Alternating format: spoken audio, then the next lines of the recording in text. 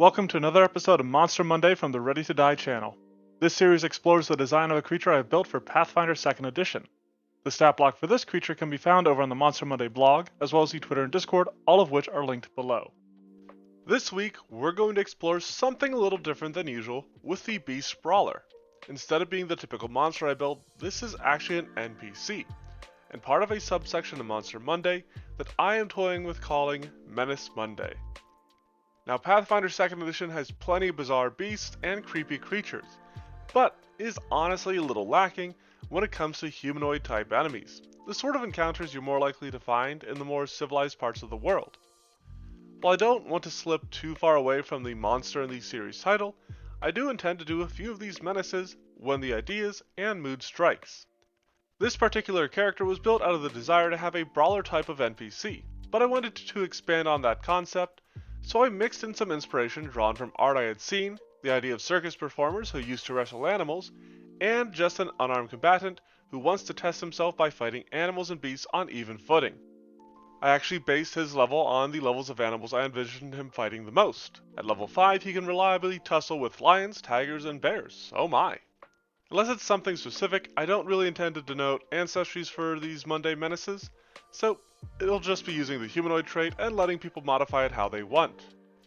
Like I said, the basis for this character was a grappler, a strongman that pits himself against the wild. A high strength helps to reflect that, allowing this man-moting mauler to match his might against monsters. He uses a moderate constitution, being a fairly burly battler, and wisdom uses a similar value, given that the character is conceived to work in and around the wilds. His dexterity and charisma are both low, with his intelligence being a bit below that because what else can you expect from somebody who decides to go out and wrestle bears? The brawler uses a moderate perception and then has more skills than most creatures I've built, largely on account of it actually being a sapient creature. Athletics is his main skill with a high bonus, and intimidation isn't too far behind, while his survival and nature skills are both moderate.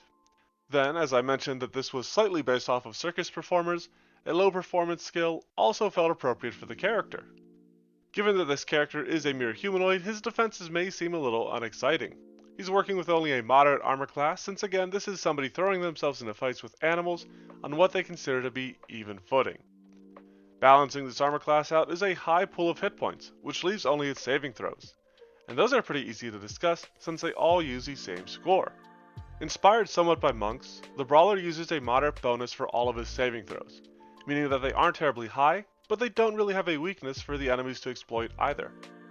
Keeping with that simplicity, the brawler's defensive capabilities aren't terribly complex either. It only has a single attack in the form of its fist, which hits at a high bonus. While the dice are a little different, its damage is actually moderate, since its fists are equipped with the agile trait. Its strike also comes with the grab ability, which is a core function of its design, being able to grapple and wrestle with the animals that he traditionally faces, though likely won't be facing much of them when used in an actual game. There are two passive abilities in the brawler's design. Inspired by bears, the brawler has Mauler, which offers a damage amp against creatures it has grabbed, and even more if he's wrestled them to the ground. This bonus to damage puts its damage right around a high value, so it isn't getting too crazy. His other passive ability has a good chance of not mattering in a fight against player characters, but the brawler does have Titan Wrestler, since his theme is all about fighting animals and beasts that are many times larger than him, and this just enables him to better do so. When it comes to actions that it can actually use in the course of a fight, Felling Rush is pretty simple. This lets him rush into the fight and is based at least partially on the running tackle of the wrestler archetype. Except, rather than using a shove, this grants it a trip, since that is a little bit more conducive to its general design and works with its Mauler ability. The brawler uses these maneuvers and tricks to overcome savage but simple foes and still favors his grapples, with the idea that these brawlers are sometimes commissioned to capture animals for others, or that they may sometimes actually be performers. They have Hog Tie. This is the only ability of the brawler that uses a DC, and it's a moderate DC at that, since I want casters to have a chance to escape it if the brawler ends up singling them out. This uses the attack trait since it is kind of a form of grapple, but its main benefit is that it allows a brawler to entrap a foe and no longer have to worry about keeping a hold on them. It doesn't have to maintain the grapple each round. Now, restraint is a pretty brutal condition to inflict on people, so the brawler does have to use up his rope to inflict this effect. Alternatively, while grappling a creature, the beast brawler can use Wrench Limb.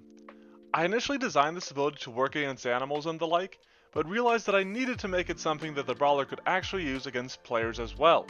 This led to the use of a strike coupled with a disarm action, which gives it some use against most player characters. But its real effect lays in rolling this disarm effect against creatures to keep them from using their specialized attacks or unique movement, such as stopping a snake from sinking its fangs into him, or stopping a giant eagle from simply flying away.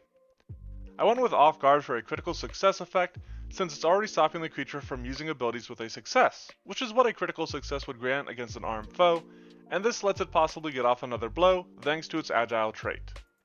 Last but not least to the Brawler's kit is Wrangle, an ability that caused some consternation over the MM Discord, but over its name rather than any mechanics to it. The idea behind this concept is the Brawler catching a charging creature and redirecting its momentum, a tactic to take advantage of monsters whose instinct is simply to run in. This makes use of the new maneuver introduced in the remaster, the reposition. The Brawler expands upon it a little bit and is able to slam targets into other obstacles for a tiny bit of damage and make them stunned, which doesn't actually take effect until their next turn. However, stun does prevent them from using reactions. I did include this in part because I wanted this character to use tactics and maneuvers to overcome creatures that don't have the capacity to employ these same tricks. But that about covers the first entry into Menace Monday, a name that I'm still unsure of and would appreciate some input on. This mighty masher meets monsters and more in mostly matched melees, meeting out maulings with minimal malice. The Brawler was a ton of fun to run, and I hope he is for you as well. He could serve as an obstacle the players face while trying to rescue an animal, or, if the players have an animal companion, especially a unique one, a beast Brawler could be hired to hunt it for some reason or another. I hope you guys enjoyed this NPC, and be sure to let me know if you want to see more of these in the future in a comment.